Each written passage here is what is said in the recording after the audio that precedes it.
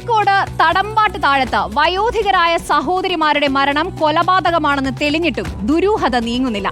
കഴുത്ത് ഞെരിച്ചാണ് കൊലപ്പെടുത്തിയതെന്ന് കണ്ടെത്തിയെങ്കിലും ആരാണ് കൃത്യം നടത്തിയത് എന്നതിൽ ഇനിയും വ്യക്തതയില്ല. ഇവർക്കൊപ്പം താമസിച്ചിരുന്ന ഇളയ സഹോദരൻ പ്രമോദിനെ ഇന്ന് രാവിലെ മുതൽ കാണാനില്ല. പ്രമോദിനെ കണ്ടെത്താൻ അന്വേഷണം ഊർജിതമാണ്.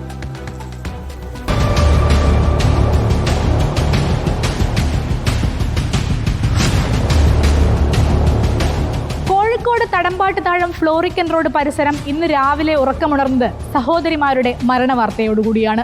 ഇവരുടെ ഇളയ സഹോദരനെ രാവിലെ മുതൽ കാണാനില്ലാത്തത് ദുരൂഹത വർദ്ധിപ്പിച്ചു.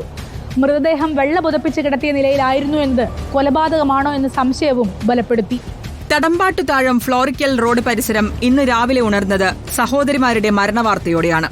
ഇവരുടെ ഇളയ സഹോദരനെ കാണാതായത് ദുരൂഹത വർദ്ധിപ്പിച്ചു. 2 മൃതദേഹങ്ങളും വെള്ള പുതപ്പിച്ച് കിടത്തിയത് കൊലപാതകമാണോ എന്ന സംശയം ബലപ്പെടാൻ കാരണമായി.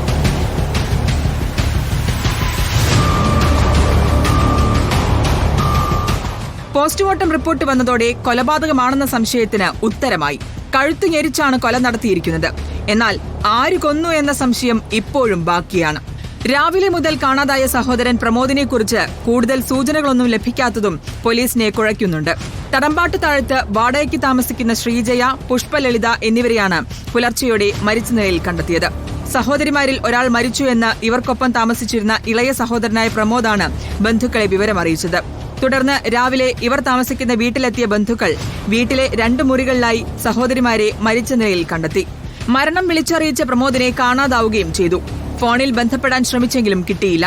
അങ്ങനെ പ്രമോദിന്റെ സിസ്റ്റർ മരിച്ചിട്ടുണ്ടെന്നുള്ള ഫോൺ വിളിച്ചിട്ടാണ് ഞാൻ വരുന്നതെന്ന് പറഞ്ഞു. ഞാൻ പ്രമോദിനെ വിളിച്ചു നോക്കാൻ പറഞ്ഞു.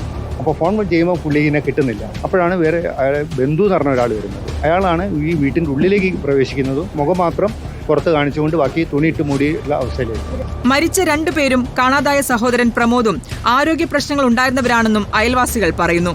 3 പേരും വിവാഹിതരുമല്ല. സർക്കാർ സർവീസിൽ നിന്ന് വിരമിച്ച ശ്രീജയയുടെ പെൻഷനും ചെറിയ ജോലികൾക്ക് പോയി പ്രമോദിന് കിട്ടുന്ന തുകയും കൊണ്ടാണ് ജീവിതം മുന്നോട്ടു പോയിരുന്നത്. 3 വർഷത്തിലേറെയായി ഇതേ വീട്ടിൽ താമസിക്കുന്ന 3 പേരും അയൽക്കാരുമായി നല്ല സൗഹൃദത്തിലായിരുന്നു. വിവരമറിഞ്ഞ സ്ഥലത്തെത്തിയ പോലീസ് വിശദ പരിശോധന നടത്തി.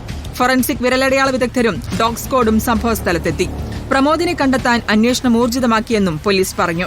കാണാതായ പ്രമോദിന്റെ മൊബൈൽ ഫോൺ ടവർ ലൊക്കേഷൻ കേന്ദ്രീകരിച്ച് നടത്തിയ അന്വേഷണത്തിൽ അവസാന ലൊക്കേഷൻ കോഴിക്കോട് ഫറോക്കിലാണെന്ന് കണ്ടെത്തിയിട്ടുണ്ട്.